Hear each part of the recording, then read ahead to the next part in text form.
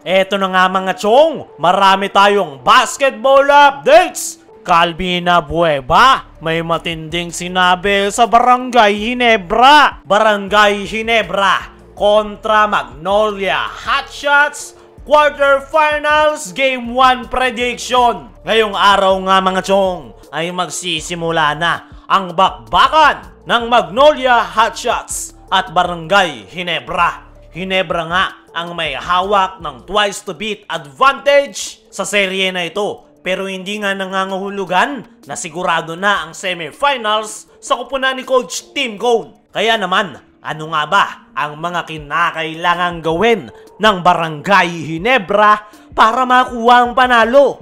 Unang-una sa kanilang listahan ay bawasan ang kanilang turnovers.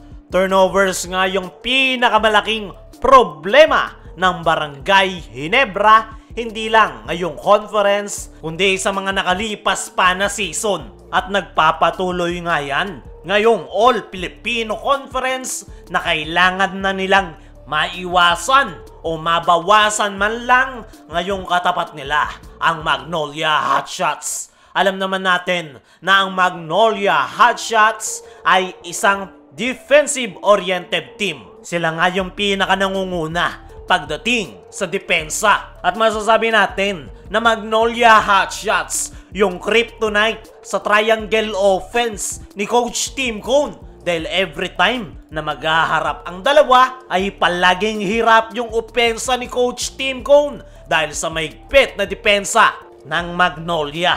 Kaya naman, napaka-importante para sa Barangay Ginebra na makaiwas sa turnovers. At para magawa nila yan, ay kailangan nilang lusutan ang depensa ng Magnolia Hotshots. Dahil once nga na malusutan ng Ginebra ang depensa ng mga manok, ay mas malaki na yung chance nila na makuha ang panalo. Dahil ang depensa nga ng Magnolia Hotshots ang kailangang maiwasan ng Barangay Ginebra. Pangalawa, sa kinakailangang magawa ng Barangay Ginebra ay mas malawak na player rotation.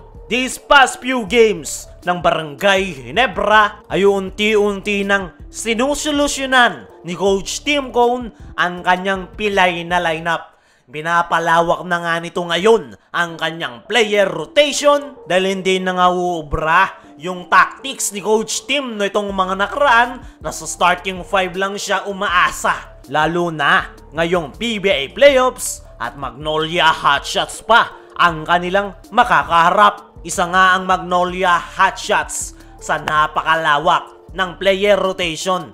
Halos lahat nga ng kanilang mga players ay nagagamit. Kaya simula hanggang dulo ay mataas ang energy ng mga manok. At kailangan nga yung masabayan ng Barangay Ginebra. Kailangan ni Coach Tim ng malawak na player rotation para hindi agad mapagod ang kanyang mga key players. At kung ikukumpara natin ang bench points ng dalawang kupunan, ay sa Barangay Ginebra ay meron lang silang 23.7 bench points per game. Samantala, ang Magnolia Hotshots ay merong 48 bench points per game. Doble nga yan sa output ng Barangay Ginebra. At yan nga yung possible na maging problema ni Coach Tim kontra Magnolia Hotshots. Dahil meron niyang solid na second unit ang Magnolia, samantala ang Barangay Ginebra ay puro yung starting 5 lang nila ang kanilang sinasandalan. Pero ang magiging advantage naman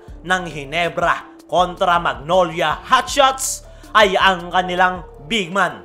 Meron nga silang Christian Stan Hardinger at Japet Aguilar na dominante sa loob ng painted area. At ito ngang si Christian Stan Hardinger ang kailangang magpakita o mag-step up sa Barangay Ginebra kontra Magnolia Hotshots. Ang pagiging physical player nga ni si Stan ang kailangan na kailangan yun ni Coach Tim Cone. Pero ang kahinaan naman ng Ginebra ay ang kanilang mababang 3-point shooting, which is advantage naman ng Magnolia Hotshots. Maraming ang gunner ang mga manok at the same time ay mabibilis pa at isa yan sa kailangang magawa ng paraan ni Coach Tim Cone. At para naman sa ating game prediction ay i-expect natin na bakbakan ang magiging labanan ngayong Manila Clasico dahil pride na ng koponan ang nakataya dyan. At ngayon na magbabakbakan ang Magnolia Hotshots at Barangay Ginebra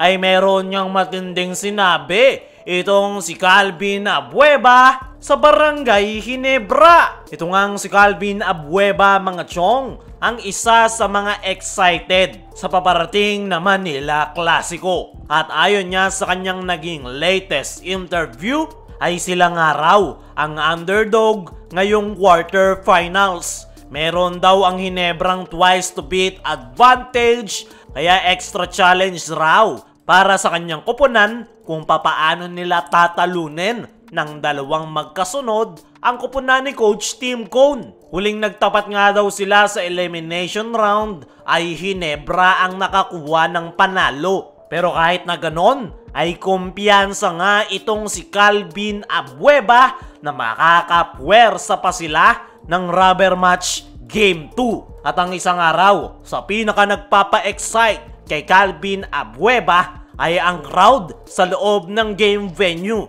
Ine-expect nga raw nitong si Calvin Abueva na mapupuno ang stadium dahil Manila Clasico. Isa nga ng ipinapangako nitong si Calvin Abueva na ibibigay niya nga raw ang kanyang best para makuha ang panalo. Kayo mga chong, sino sa inyo ang kukuha ng panalo? Mag-a-advance na ba ang Ginebra o pwersa pa ang Magnolia? I-comment mo lang dyan sa ibaba.